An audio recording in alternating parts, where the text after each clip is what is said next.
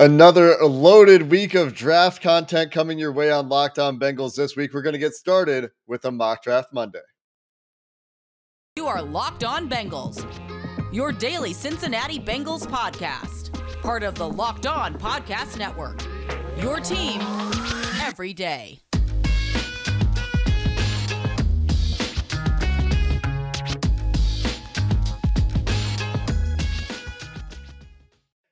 What up, Bengals fans, and welcome to another episode of the Locked On Bengals podcast. I'm your host, Jake Liscow. He's your host, James Rapien. Together, we're the Locked On Bengals podcast, part of the Locked On Podcast Network, your team every day, free and available everywhere you get your podcasts and on YouTube. So feel free to subscribe, feel free to follow, depending on your app of choice, will be delivered to your eyes and ears when we publish every day. And thanks for making us your first listen. James, as I mentioned, we have a ton of content coming this week for the draft. We've got Mock Draft Monday. We've got Joe Goodberry again. We've got Mike Bengals _ Santagata. We've got Brian Callahan. Did I just bury the lead a little bit? I might have. That's exactly what you did, is you buried the lead. Joe Goodberry's great, and so is Bengals Sands. But yeah, Brian Callahan later in the week. That's the one. For those who don't know, the Bengals offensive coordinator. Yeah, that's the lead. You got to lead with BC, my man. I like to build suspense a little bit. What can I say? We're going in chronological order there as well. But, James, I guess the least exciting part of our week is Mock Draft Monday. Who'd have thunk? Which is one of my favorite parts of most weeks. So right? That means we're locked and loaded, like you said. We sure are. So we're going to be using the Pro Football Focus Mock Draft Simulator today, James. And well, we've run the first round. We're on the clock in the first round. It's time to make a pick. Let's bring in the simulator. And it's another interesting week out here in Mock Draft Simulator land, James. We have a choice again to make here that is not the choice that many of you probably want the Bengals to make. Yeah, and first let's go over a lot of the guys that are gone, right? Especially for our audio listeners. Tyler Linderbaum, my guy. Well, long gone. Sauce Gardner, trade up for him. Well, this is going to happen. I'm 100% confident. Long gone. Kyer Elam, gone. Andrew Booth Jr., gone. Kenyon Green, gone. David Ojabo, for those who want him, gone. Zion Johnson, gone. And a lot of those guys going for the trade up crowd in the 23, when you talk about Andrew Booth Jr., to 30 range. Linderbaum, Booth, Elam, the other two linemen, Johnson and Green. So that's the part of it, Jake, where it's like, man, picks 23 through 30, pretty painful for the Bengals. Yeah, this one in particular is one where you're right. Linderbaum at 24.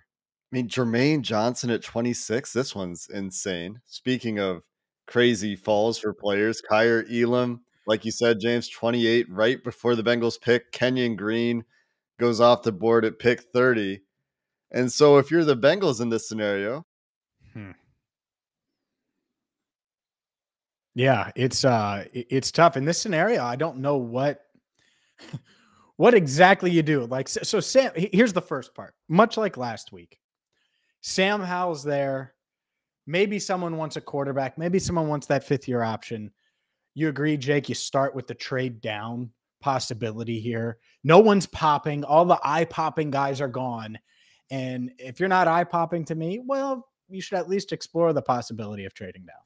Yeah, to me, everybody who I'm excited about, like really excited about at 31, are those guys we just talked about going right before we were able to make a pick here at 31. But there are still some players here that could be good, I think, both short and long term for the Bengals. But you're right. I think I would start if I were the Bengals in this scenario. And both those corners just got picked, and all those offensive linemen just got picked. And there's not an edge rusher that fell that I think can make a massive impact right away. I would be exploring trade back first for sure. I agree with you there. But the names that I think are interesting, well, one is an edge rusher that I think could make a difference, and it's Arnold Ebiketie from Penn State, the edge rusher, who I think is a guy that's got a first, second round grade, could make a difference, could be the edge rusher they like at the end of the first round, could be Travis Jones.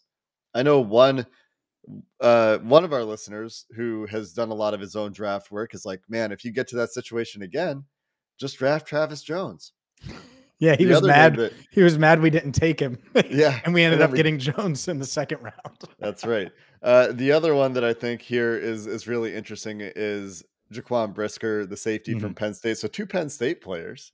Who'd have thunk? But Jaquan Brisker, the other one here, who can play both safety positions, has a lot of positional versatility when it comes to the safety position. And that's how he gets on the field in year one, is he is a really good third safety and really good depth for Von Bell and Jesse Bates, and a potential replacement for either guy if the Bengals can't get the extensions or don't want to get the extensions done with either of them. Yeah, he's certainly, the fit is there. But again, when it comes to the trading down idea, second round grade from Dane Brugler, right? And yeah, it's a great fit, but will he be there at 38? Will he be there at 40? I see Desmond Ridder is still on the board. By the way, I didn't realize that. As I mentioned, Sam Howell, Ritter's going to go ahead of Howell.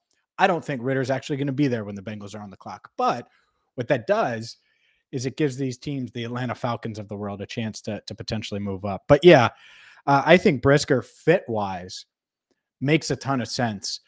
And that's the thing is it's this weird in-between where I think a lot of these mocks, Jake, we're going to be like, this guy could make some sense. This guy fills a need, but is he the 31st player or is he 45th?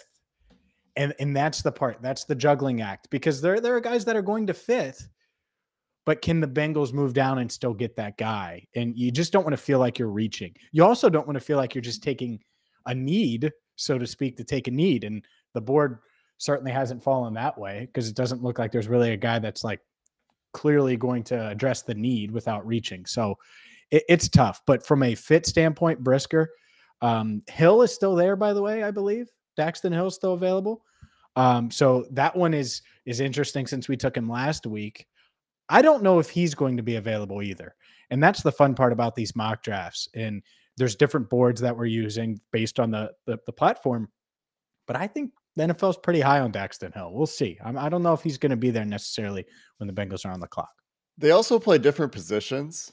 And if it's Daxton Hill, you're taking a guy who's kind of like, maybe he can do some of Trey Flowers' job and also be a third safety. Whereas Jaquan Brisker is a true backup, free or strong safety. He can move, and I think truly that he can play both. You're talking about reaching for a potential need there. James Kyler Gordon still available, a guy we talked about with Mike at Bengals_Santagata last week when we had him on to do some deep dives. That's a guy that would be kind of that, in my opinion, a reach for a need. Roger McCreary, the other one who I don't think is necessarily on the Bengals board. They would have never drafted a corner with arms that short. And the last name here that I think is really interesting is Logan Hall. If they really want to go the 3-tech route, Logan Hall is probably in the in-between for their first and second round pick. So here's the spot where, if you can trade back into early third round, go after Logan Hall. That could make sense for the Bengals as well. When you talk about quarterbacks still available, how about Kenny Pickett as well? All the quarterbacks still available here, but which I don't think that's going to happen. Right. I think some of these guys are going to go, which if you're the Bengals, you want them all to go. So it can bump down some of these Tyler Linderbaum, Kenyon Green, Andrew Booth Jr., Kyer Elam fans, because you're probably a fan of one of those 4 players if you're listening to this show. So yeah, I think that there's a chance, even though back-to-back weeks now, Jake, we're looking and we're kind of like, man, it looks like safety might be the play here at 31. Yeah, and let's make it the play. Let's again. It should be Brisker. Make and hopefully a BPA pick. I'm sure many of our listeners disagree and are saying Ebiketie the guy or Travis Jones is the guy or whoever's the guy. And well, you let us know who your guy is here. If you're watching on YouTube, you can see all the names. We've mentioned all the most notable names if you're only listening on audio. But Jaquan Brisker will be the first round pick, and we'll dive into day 2 coming up next. BetOnline is your number one source for all of your betting stats and sports info. The NBA playoffs are here. Major League Baseball is here. You can wager on the Cincinnati Reds. if you want to. You can wager on my Golden State Warriors. Steph, come back. Let's roll. Let's get things rolling in the Bay. I'm hoping so. We'll see if that happens.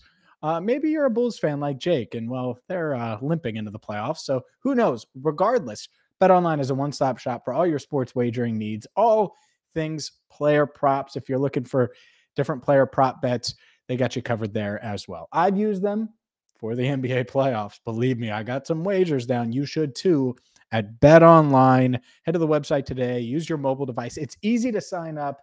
BetOnline, where the game starts. Well, James, you might have hoped that the second round would get easier, or maybe the decisions would be a little bit easier. But as we have run the second round here, I think it's just getting harder. Personally, you see a number of cornerbacks fly off the board. Roger McCreary, Kyler Gordon, the guys that you were hoping you might have a chance out at the tail end of the second round. Travis Jones, Arnold Ebiketie, Tyler Johnson, if you're interested in him as a developmental offensive lineman, Logan Hall, Nick Benito, who I like as an edge rusher, Trey McBride, DeMarvin Leal. All these guys are guys that you're hoping maybe one of them falls. None of them do in this case. And instead it's like, okay, if you're the Bengals, where do we go here? Do you go for a guy like Perry and Winfrey, the interior defensive lineman from Oklahoma, who fits a need? Isn't the worst value, in my opinion, at 63. PFF is a little bit lower on him than the league might be, but I think that round 2 is probably fair value for him. I honestly, James, have a hard time figuring out where to go in this scenario. And yeah, it's tough in this scenario because it's Winfrey. And then you look at who else is on the board, and, there's not a lot. Right? Josh Paschal out of the University of Kentucky, so an edge if you're looking that route, but no one pops. No one's jumping off the board. And Trey McBride could have certainly done that. Marcus Jones out of Houston feels early for him.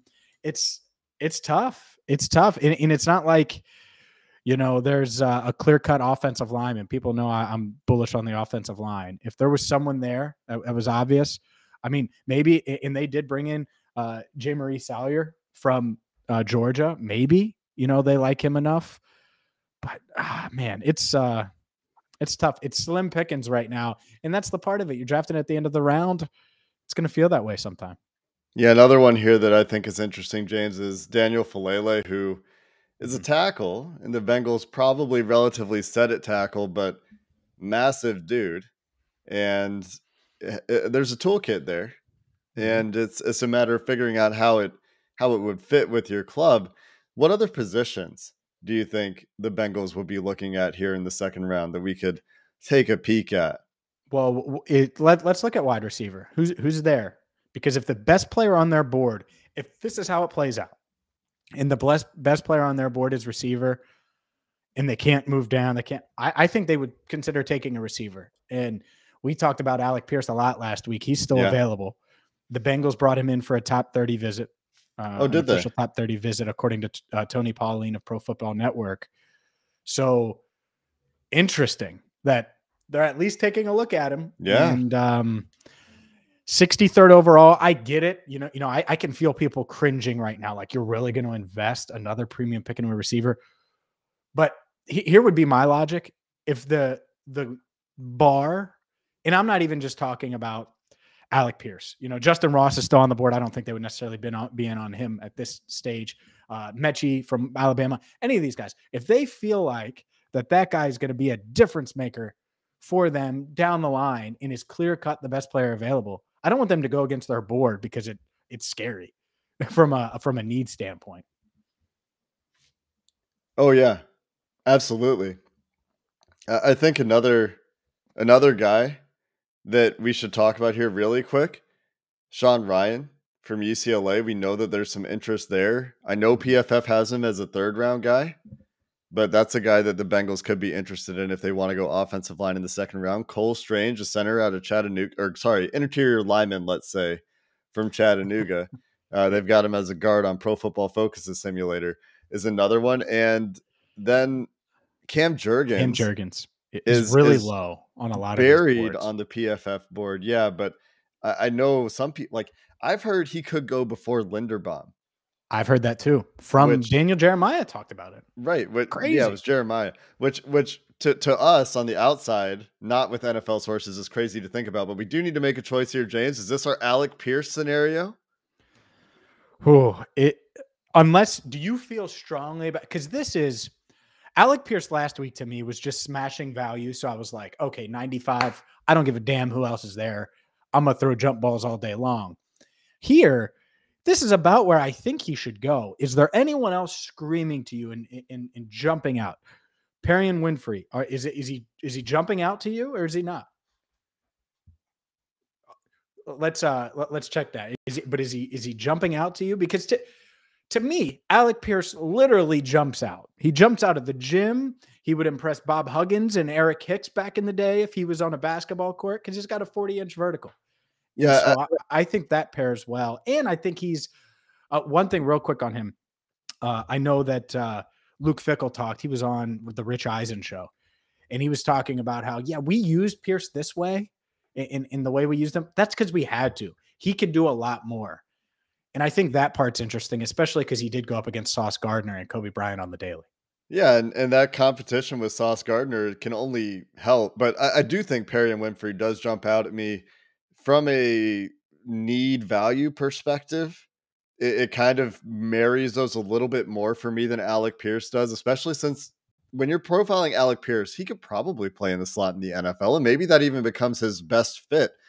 But or maybe he is just T. Higgins' heir apparent at some point, right? Mm-hmm. We've talked a lot about T. Higgins' contract, but Perry and Winfrey is a guy that I think could play 400 snaps as a rookie and do some of what they lost with Larry Ogunjobi. Yep. And so when I look at it that way, and I love receivers and love them, but we know how slim pickings it is on the interior of the defensive line in this draft, especially with what the Bengals need. You look at Perry and Winfrey, he's got a second-round grade according to Dane Brugler. This is the end of the second round. You know, I'm fine with it, and that's probably the way I lean. Sometimes there's a tie, and the tie need is the tiebreaker, and I think Winfrey gets the nod for me this week. And who knows? Maybe Pierce will be there in round 3. I'm not optimistic. If he is, I'll run the card up in 4-4-1 Alec Pierce fashion. So we'll draft Perry and Winfrey. Alec Pierce. Alec Pierce what? Sorry, it cut out. Alec Pierce went off the board right away. Of course he did. That's of course, immediately flying off the board. And as we review the rest of what happened here in the second round quickly before we dive into the third round, Fellaille, we talked about, he goes off the board pretty quickly. Alec Pierce, as we mentioned, Jamari Sawyer, Josh Paschal. I actually don't know how his name is said. Paschal? Do you know? I think it's Paschal. I think. Justin Ross, Sean Ryan. So all these offensive linemen we were looking at. Cole Strange, Greg Dulcich, who is a guy I was really hoping we could get in 3. And here we are. Some tight ends have been picked, James. And, well, I'm looking back at the interior offensive line here. I'm looking back at offensive linemen. And you cut out again there, Jake. Yeah, but you're looking at offensive linemen. Cam Jurgens still there, and that's the thing. Like if he's still there now, certainly an interesting name. Chris Paul is interesting because his name is Chris Paul, and how cool is that this draft has a Kobe Bryant and a Chris Paul? Shout out to Chris Paul. It also has a Zachary Thomas and a Zach Tom, both of whom play tackle, which I think is quite funny. I'm challenged by this in these simulators, James, because Cam Jurgens is so low on the PFF board. Yeah, but to me, he won't go that low. This is roughly the range where you would expect him to be gone. Marquise Hayes is another guy from Oklahoma. I know our friend, the offensive line guru Brandon Thorne, really likes Marquise Hayes, has a early day 2 grade on him. So those are some guys that I'm really looking at here. I know the Bengals had presence at Central Michigan's Pro Day, and we're looking at Luke Gadecki and Bernard Raymond. Gadecki probably profiles inside, even though he played tackle in college. Luke Fortner is a guy from UK that I'm sure they could see as a potential center. Donovan West, another guy that is appreciated by Brandon Thorn. So a lot of guys here on the interior offensive line that I like, but maybe that's a reason to wait and see who's there in the 4th round. Yeah, and I was looking at it just corner wise. I know people are probably yelling right now, corner, corner, corner. What about Marcus Jones out of Houston? Looked like he was still available. Is that someone you'd consider? Cam Taylor-Britt, another guy that I expect to go in this range. Those two guys still on the board. Is that intriguing to you? It's really intriguing to me, actually. Marcus Jones is not an outside corner at the NFL, but he is a playmaker. He's just probably confined to the slot because of his size. He's 5'8". I like Marcus Jones. He'd be a great returner. That's a lot of value. We know that's something the team is looking for. As a corner, though, I would be looking at Cam Taylor-Britt here. As a pure corner, he can play outside. He needs to refine his game, but he has the athletic tools to stick outside. I would be looking at Cam Taylor-Britt between the two, just because they have Mike Hilton for 3 more years. Yeah. And obviously, and to me, I don't know. I think you could find someone down the line. Yeah, you're not worried about it with Mike Hilton, and you want to get a developmental outside guy minimum, and who knows, maybe Cam Taylor-Britt pushes it. So to me, you named off a bunch of interior offensive linemen. There's one real outside corner that I think deserves, in real consideration right now. That's the way I'm leaning, which means, my God, we're going to start this draft with 3 straight defensive players. It looks like that might happen. Yeah, we didn't take Alec Pierce. We haven't taken a tight end. Oh my God. No offensive lineman. Well, we're going to have to go back to offensive line, I think, or tight end in the 4th round. And this is where we talked earlier about trading back. And this is where, if they can trade back and still scoop up one of these defensive players and hopefully add a pick round 3, round 4, this is where you can kind of double dip on a couple offensive positions. But we're not trading back today. Let's go Cam Taylor-Britt here, James, and see what the options are at tight end and at offensive line in round 4. But first, a word from Built Bar, the #1 protein bar on the planet, high in protein, low in sugar, low in calories, perfect for you, perfect for Cam Taylor-Britt, perfect for Perry and Winfrey, perfect for Jake Liscow. So check them out right now at Built.com. Every single bar covered in 100% real chocolate. This ain't that fake stuff. The protein is very real as well, and they're low in sugar, they're low in calories, they're perfect. So check them out. Built.com. Use promo code LOCK15. You're going to get 15% off your order. Again, get the #1 protein bar on the planet at Built.com with promo code LOCKed15. Well, James. Chris Paul's still there. Chris Paul's still available out of Wake Forest. No, and he's not out of Tulsa. And he's not a bad Chris player. Paul, the basketball players from Wake Forest. Sorry for those who didn't get the joke. Thanks for clarifying. I shouldn't do that. It's confusing because Zach Tom is also here from Wake Forest at the top of the board. And we're looking at linemen here. Lacita Smith? I'm not sure how that name is pronounced. I think that's it. I don't know. Is another guy that I know Brandon Thorn likes. But yeah, this is a Yeah, this is a scenario where, Alec Lindstrom's there, Cade Mays, who knows, maybe the Bengals would be interested in him. You got some Oklahoma linemen on the board. I mean, it's it's tough. They need to get an extra pick in these rounds because now we're looking at it and nothing's really popping. I mean, maybe Zach Tom, maybe that's the route you go. Chris Paul from a basketball standpoint, but this is football, so I need to shut up. I don't know. We'll see. We'll see. What about tight end? Or is there anyone else here on the offensive line that stand out to you before we switch to tight end? I don't think so on the offensive line. I think this is a scenario where you've kind of missed on offensive line, and I haven't watched enough of Lacita Smith to have much of my own opinion. Just going off of Brandon Thorn's opinion, I think you would consider him here. You might even consider Chris Paul.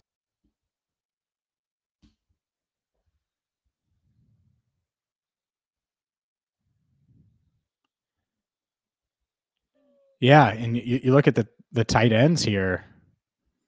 It's fun. It's what?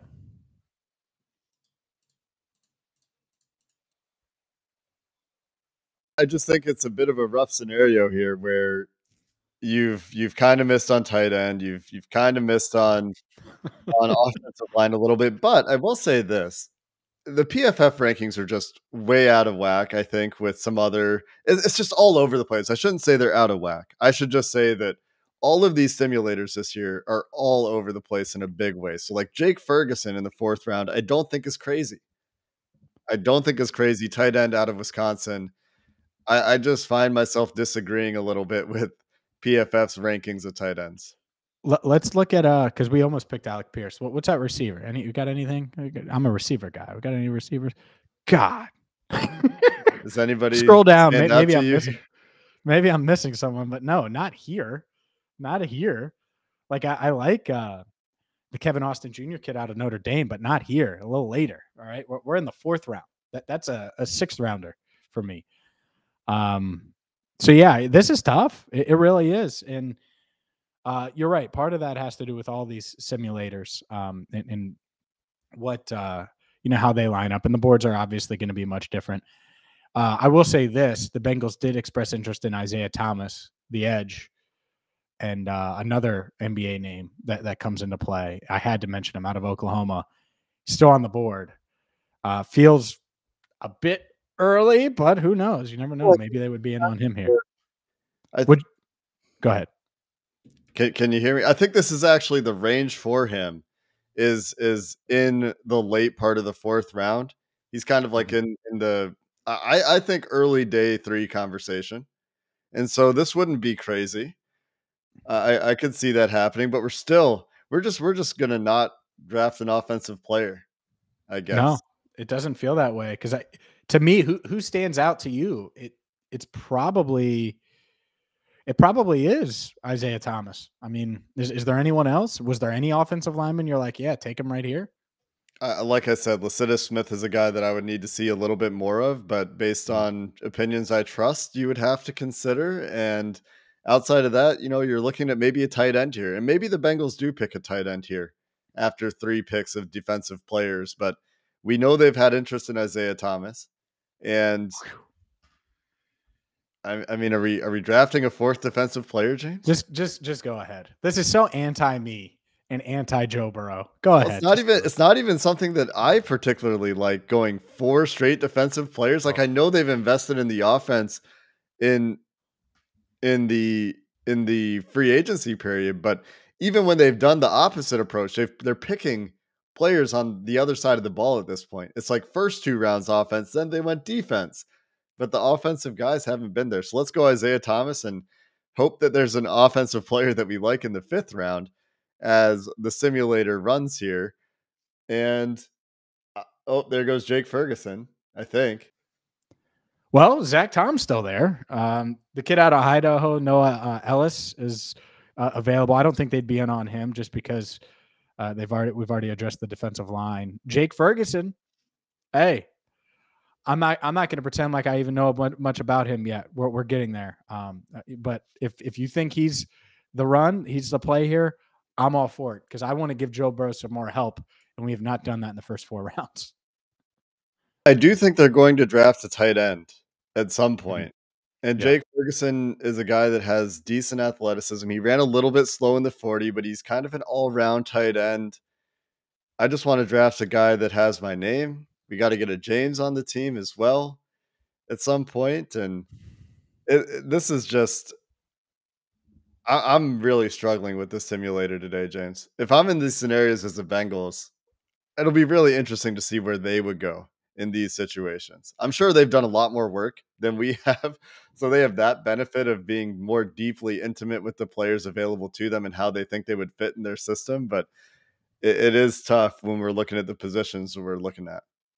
Yeah. There's no doubt about it.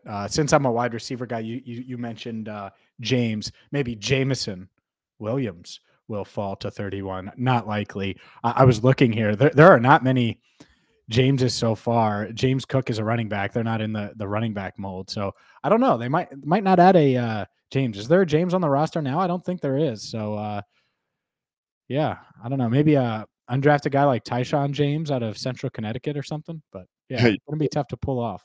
Just looking looking for a guy, right? Yeah. To make it work. How about Jake Ferguson to wrap things up? Maybe it's Jake Ferguson then to wrap things up here. Maybe you like Derek Deese if you're listening and you can't see the board, another tight end that some folks have been interested in, but you get 4 defensive players and a tight end here, James, and you're kind of thinking, well, maybe some trades could have changed things, and maybe the Bengals would make those trades in these scenarios. Yep. And, looking back, maybe do you go Alec Pierce in round 2? I'm not against it. I'm certainly open to it. The need and the fit, all of that. But wide receiver got pretty shallow too. So yeah, Jaquan Brisker in round 1, Perry and Winfrey round 2, Cam Taylor-Britt round 3, Isaiah Thomas and Jake Ferguson. And PFF hates our draft. Absolutely. That looks like Jake Liscow's report card. C-, Oh, D+, man. D, D+D. Hey man, I was good at school. This is reflective of a tough situation for the Bengals, and this is a situation where PFF does grades based on their draft board. If you disagree with their draft board and draft a guy where they don't think he should be drafted, they kill you for it a little bit, and they certainly killed us for it a little bit. And maybe that's the way the cookie crumbles, man. It could be tough. It could be tough. This is 2 weeks in a row, though. I want one where everything works out nicely for us, man. We did maybe so it's the many of 7 these. rounder. Yeah, maybe it's the 7 rounder when we get into the 7 rounds. And we did so many of these last year. We had so many more chances to get scenarios that we really liked. They were picking much higher. And this year, it's a lot harder. Tough one on this Mock Draft Monday on the PFF simulator. But as we mentioned at the top of the show, a ton of great stuff coming up this week. Brian Callahan will join us later in the week. And of course, Joe Goodberry and Mike Santagan will be back with us to talk draft and do some deep dives on some different players as we gear up for late April's 2022 NFL draft. Until next time, Bengals fans, hoo day and have a good one.